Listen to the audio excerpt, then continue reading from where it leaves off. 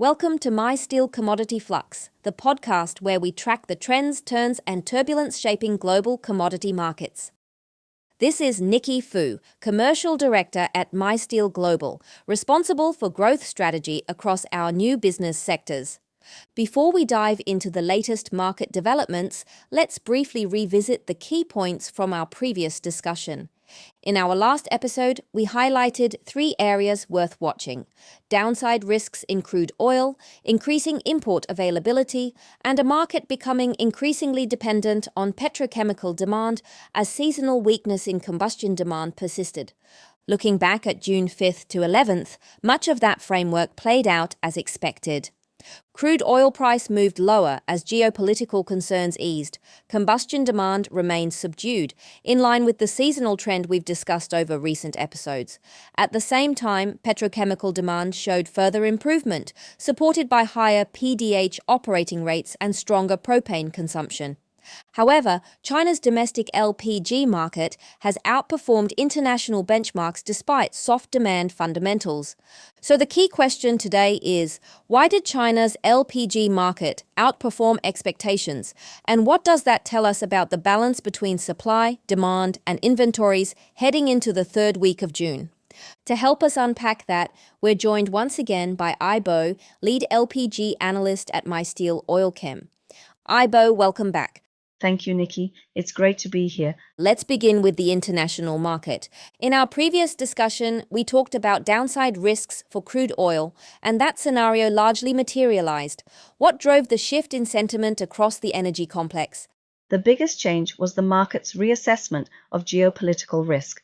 Although tensions involving Iran remained a key consideration, traders increasingly focused on the prospect of a US-Iran agreement rather than an imminent supply disruption. As a result, oil's geopolitical risk premium faded over the past week. At the same time, the LPG market continued to face seasonally weak demand. Most buyers stayed cautious, sticking to near-term needs rather than building inventory. With supply readily available and demand lacking urgency, international LPG values softened alongside crude oil. In essence, market attention shifted away from supply risk and back toward underlying demand fundamentals. Despite weaker international benchmarks, China's domestic market showed a surprising degree of resilience. What explains that divergence? We see that the residential LPG prices were higher on the week, while esterified C4 prices also strengthened. However, it was primarily a supply-side story. China's domestic spot availability tightened last week, as some producers underwent maintenance and import arrivals declined compared with the previous week. That created balanced fundamentals in several regions and downstream replenishment activities encouraged by lower prices. Nevertheless, this was not a demand-led recovery. The support came from tighter availability rather than any real improvement in overall consumption. So the bigger picture is that the market remains well supplied. So while prices performed relatively well, the demand picture remains largely unchanged? That's right. Combustion demand continues to be the weakest part of the market, while the more constructive story is within the petrochemical sector. PDH operating rates continued to recover over the past week, leading to stronger propane demand. Activity also improved in parts of the downstream chemical chain, providing additional support for feedstock consumption.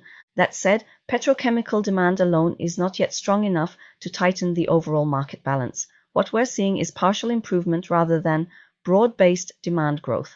I see PDH remains one of the most closely watched indicators for LPG traders. Operating rates improved again, but economics moved in the opposite direction. I believe this is a key signal for the market. On one hand, higher operating rates are clearly supportive because they translate directly into stronger propane consumption.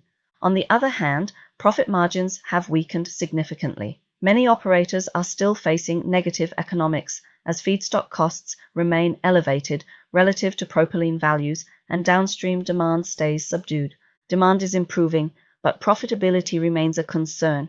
The market is benefiting from higher utilization today, but the durability of that demand will depend heavily on whether operating economics improve. Let's turn to inventories. Inventory trends often provide a clear signal of market balance. So what are inventories telling us last week? Inventory data still points to a well-supplied market. Producer inventories declined, reflecting improved lifting performance and tighter prompt supply in some regions. Port inventories, however, continued to increase. More importantly, import arrivals are expected to rise noticeably this week, particularly into East China. That additional supply is likely to keep stock levels elevated unless demand improves more meaningfully. This is why traders remain cautious about chasing the market higher, despite recent resilience in domestic prices. One segment that attracted considerable attention was the C4 market. How significant was that development? We saw C4 availability tighten last week, while demand improved modestly, leading to a more supportive pricing environment compared with other LPG-related products. As a result, C4 values outperformed much of the broader market. However, this is largely C4 specific rather than a broader market recovery. The strength reflects tighter availability in the C4 value chain rather than a meaningful improvement in downstream demand. Before we wrap up, let's look ahead. What key factors should markets watch this week? 3 factors stand out. First, developments in crude oil and broader geopolitical sentiment. While some geopolitical premium has been removed from the market, the situation remains fluid and could quickly influence energy pricing. Second, import arrivals. Cargo arrivals are expected to increase materially, which could lead to further inventory builds at major receiving terminals. Third, petrochemical demand. PDH operating rates remain one of the few constructive demand indicators in the market. The key question is whether those operating rates can be sustained under current margin conditions. Looking ahead, refinery supply is expected to edge lower, while imports are set to rise, resulting in higher overall supply. On the demand side, consumption across olefin C4, propane and butane-based petrochemicals is expected to increase. In summary, the market is expected to remain in surplus this week. While both supply and demand are set to increase, supply growth is expected to outpace demand, leading to a widening surplus. For now, we see limited scope for a decisive move in either direction, with range-bound trading likely to prevail. China's LPG prices are expected to remain in a tight range this week, with volatility limited to around 50 yuan per ton. Thank you, Ibo, for sharing your insights. And thank you to all our listeners for joining us. If you'd like to follow these developments in more details, the full analysis and data behind today's discussion are available through MySteel Oilchem's latest China LPG Market Weekly Report. Thanks for listening to MySteel Commodity Flux. If you found today's episode helpful, be sure to subscribe for more analysis on global commodity markets. Until next time, keep tracking the flows.